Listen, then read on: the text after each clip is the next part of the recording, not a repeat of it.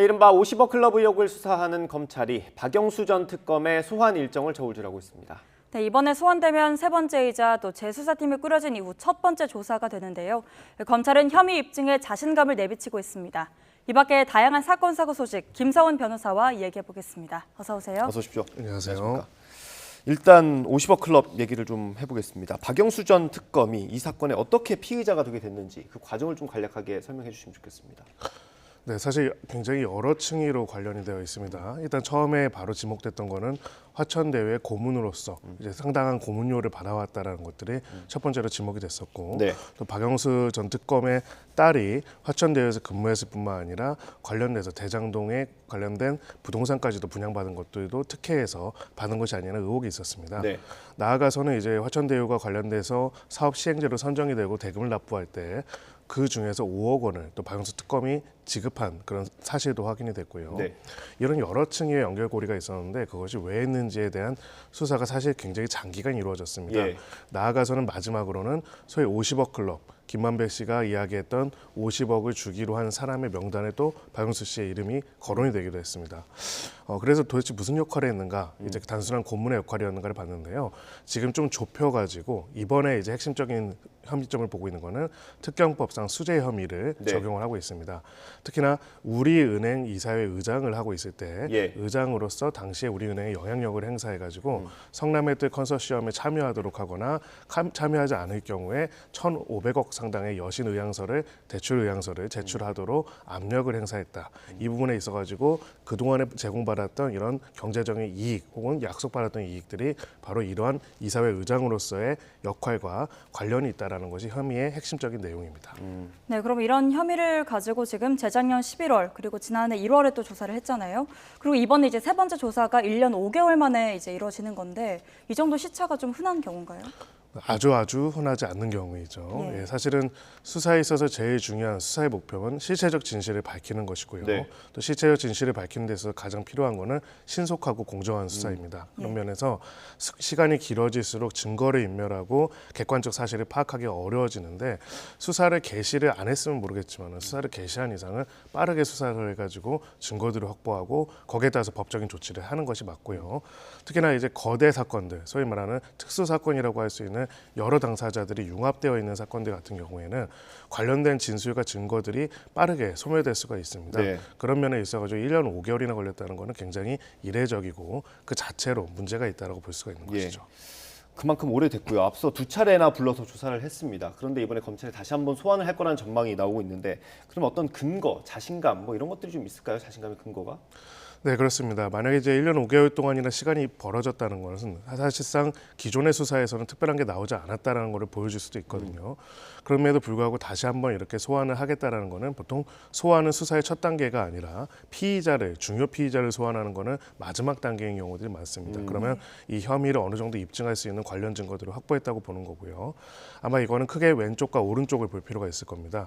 당시에 화천대유 등에 있어가지고 어떠한 박영수 전 특검을 활용할 혹은 이용할 이유가 있었는지 그런 정황이 어떠는지가 하나고요. 네. 다른 오른쪽으로는 박영수 전 특검이 소위 말해서 우리은행의 의장으로서 이제 이 과정에 있어가지고 어떤 영향력을 행사할 수 있었고 실제로 행사했는지에 관한 부분일 겁니다. 네. 전자는 김만배 씨 등 화천대유 관련자들을 통해서 확인할 수 있는 부분일 거고요. 후자는 특히나 우리은행 내부의 임직원들을 통해 가지고 관련된 조사를 진행할 수 있을 겁니다.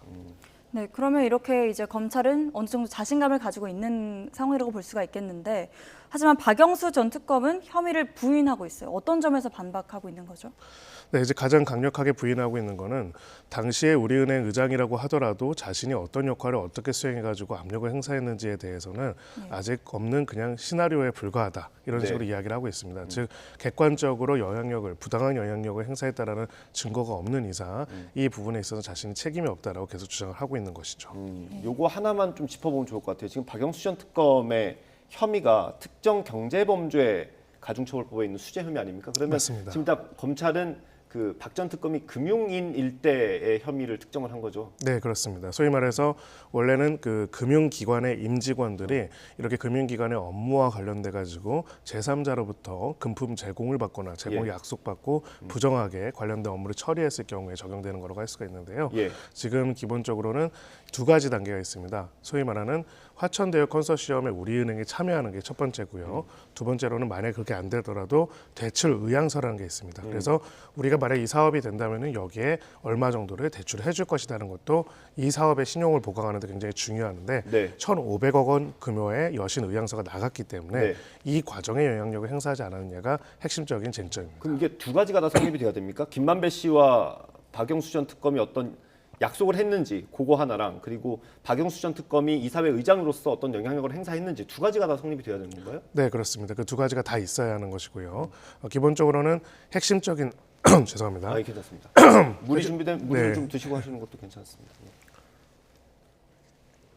가장 핵심적인 포인트는 이 두 가지를 연결하는 약속이 있었는지에 관한 부분입니다. 그렇기 때문에 결론적으로는 지금까지 화천대유와 여러 가지 관련성이 있다는 것들은 얘기가 있었는데 그것이 특정하게 우리 은행의 어떠한 부분들과 관련해서 이루어진 것인지가 핵심적인 요소라고 볼 수가 있고요.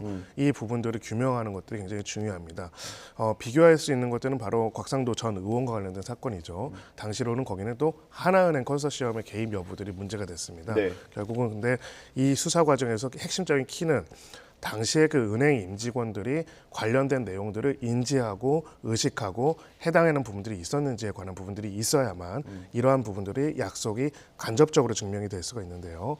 아직 보도 내용이긴 하지만은 이러한 우리 은행 쪽의 직원들의 상당히 의미 있는 진술들이 확보되었다라는 보도가 있습니다. 네, 그러면 방금 언급해주신 곽상도 전 의원에 대해서 좀 질문을 드리면요.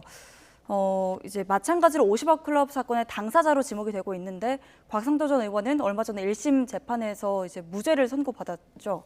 자, 어떤 점에서 혐의 없음으로 법원이 판단한 걸까요?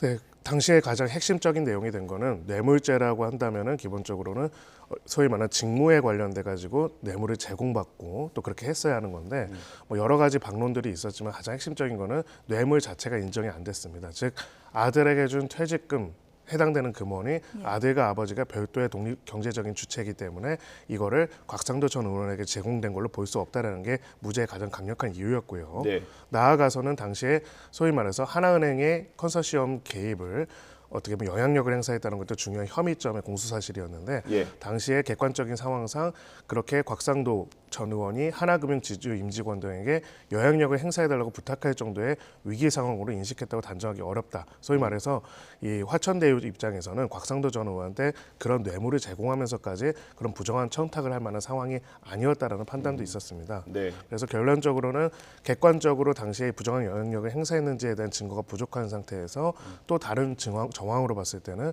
컨소시엄 참여를 위해 가지고 이 정도의 뇌물을 제공할 만큼의 유인이 없었다라는 것이 1심 법원의 예, 판단이었습니다. 주제 넘어가기 전에 하나만 더 여쭤보겠습니다. 그 김만배 씨에게 박영수 전 특검이 5억 원을 보낸 게 지금 드러난 것 아니겠습니까? 근데 네. 이 5억 원의 성격이 검찰이 보기로는 나중에 받을 50억에 대한 담보 성격이라는 거예요. 근데 그 5억과 50억 원의 담보가 어떻게 형성될 수 있는 건지 그게 좀 궁금합니다. 어떻게 해석을 해야 됩니까? 네, 사실은 이제 저희도 그 부분에 대해서는 추측밖에는 없기 때문에 한계는 있겠지만은 여기에 대해서 일단 박영수 전 특검 측에서는 이 돈은 자신 계좌만 빌려준 것이고 소위 말하는 친이촌 중에 분양 대행사인 A 씨가 김만배 씨한테 빌려준 돈을 일부 이제 가져간 것이 돈을 빌려준 것에 불과하다고 이야기를 하고 있습니다. 그래서 제가 봤을 때는 여기서 담보라는 표현은 조금 적절하지는 않다라고 저는 생각을 합니다. 담보라는 거는 어떤 부분들을 회수하기 위해서 하는 거고요.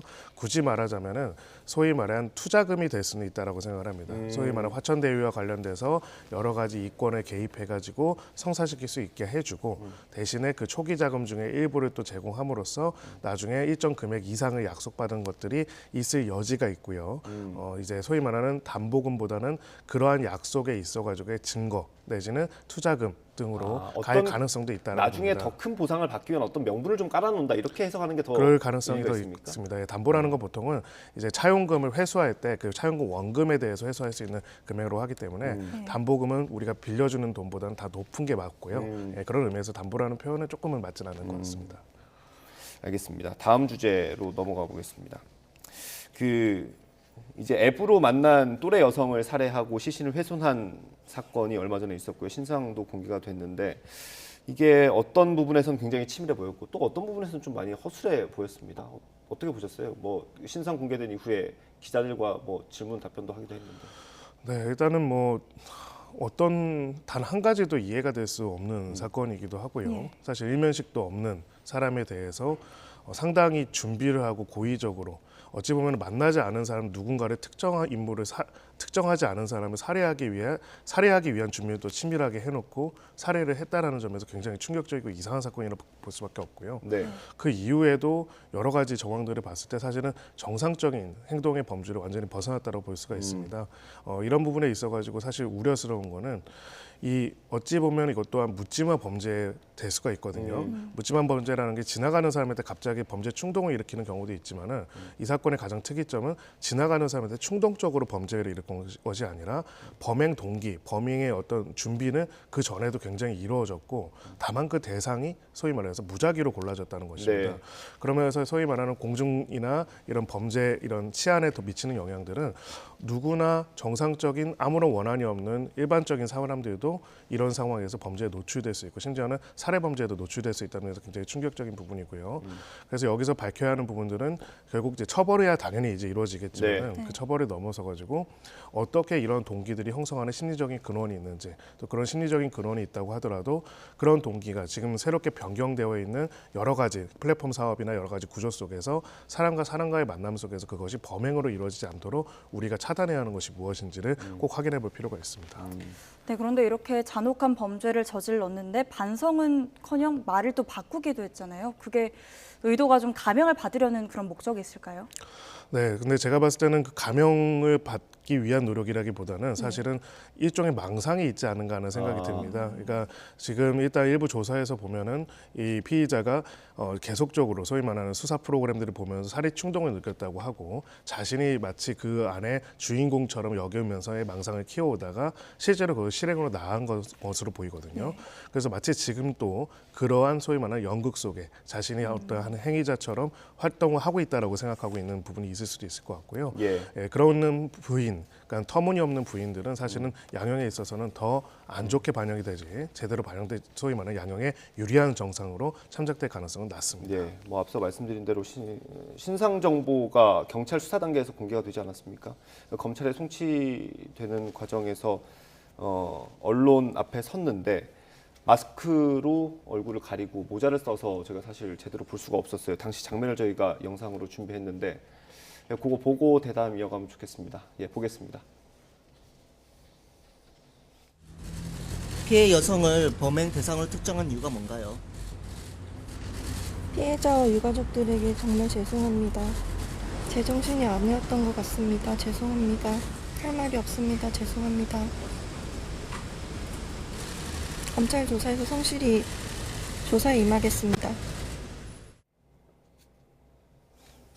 이게 신상정보 공개 제도가 있는 취지가 있을 텐데 좀 그거에는 못 미치는 거 아니냐 이런 불만도 있는 것 같고요. 사실 고유정 사건 때는 이렇게 몰래 카메라를 세워서 찍은 화면을 공개하기도 하지 않았습니까? 이런 걸 좀 제도적으로 정확히 정해놓을 수 있는 방법은 없을까요?